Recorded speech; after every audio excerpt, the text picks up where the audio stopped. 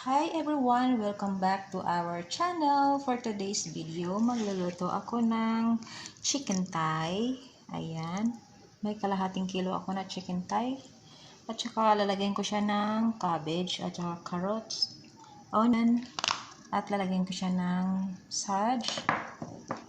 Ang laman nito ay garlic powder. So, dyan ko lang siya nilagay kasi wala akong lagayan ng garlic powder. So, ito yung Spanish paprika, black pepper, at gagamit ako ng silver swan. So, iluluto naman natin ngayon sa slow cooker. Ayan. Ito yung ginamit ko nung niluto ko na whole chicken. 4 hours siya niluto ko dito. Ayan yung niya.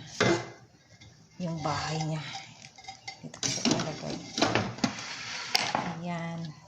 Tapos ito, ang pagluto nito guys, nasa 3 hours lang kasi nakahiwa-hiwa naman siya ng maliliit. So, umpisahan na natin.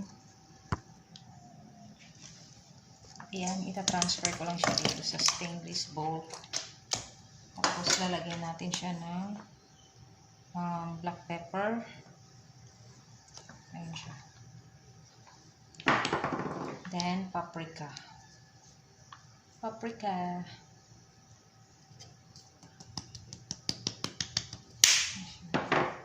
Tapos, garlic powder. Mas masarap pag maraming garlic powder, guys. Mabango.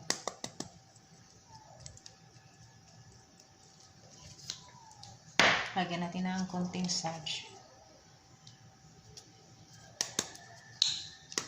Ayaw bumaba. Hindi pa pala siya bukas. OMG.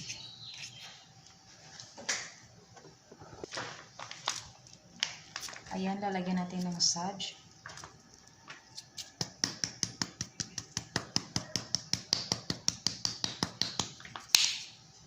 Tapos, yung silver swan natin. Ito na. 2 kutsara. 2 kutsarang puno.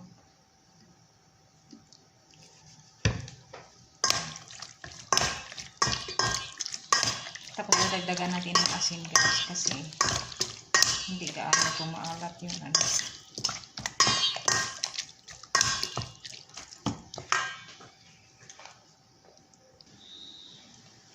Then, maglalagay ako ng asin at saka magic sarap.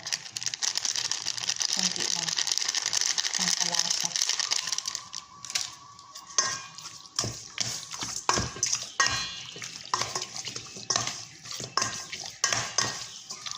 Yan, ito yung hapunan namin guys.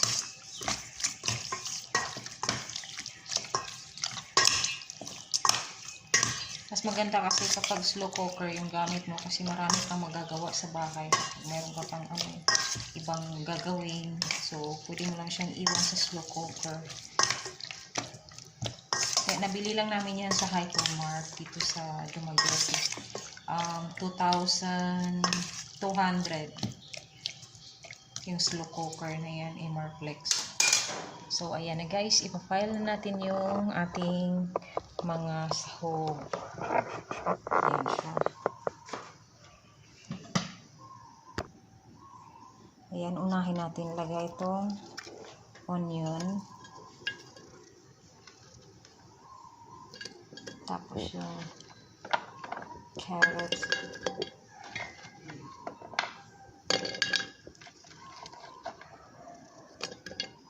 Tapos isunod natin ang cabbage.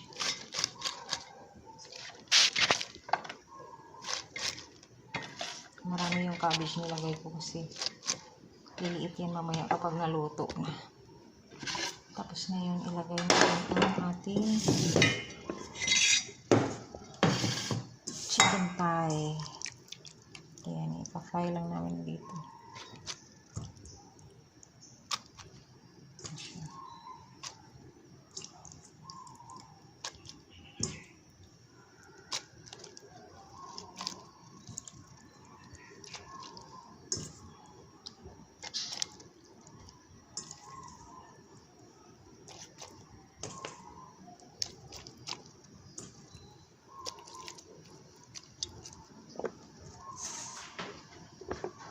Ayan siya guys.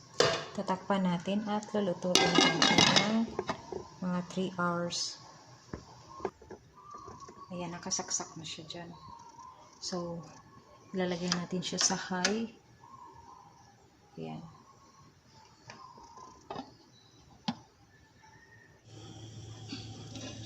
Ayan. Lutok na ang ating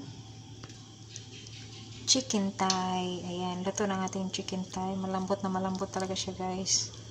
3 hours ang pagluto ng chicken thigh. Ang whole chicken nasa 4 hours kasi kasi yun, makapal kaya tagal siya maluto. Ito kay nakahiwa siya ng maliliit, so madali lang siya lutuin. And guys, ready to eat na. Napakalambot ng chicken natin. Ayan, ito na yung finished product natin. Chicken thigh with cabbage. Niluto ko siya sa slow cooker. Napakalambot niya guys.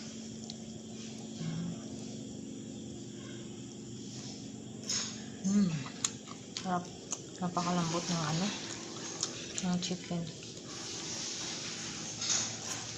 Ayan lang guys for today's video. Thank you for watching. See you on my next vlog. Bye bye. God bless.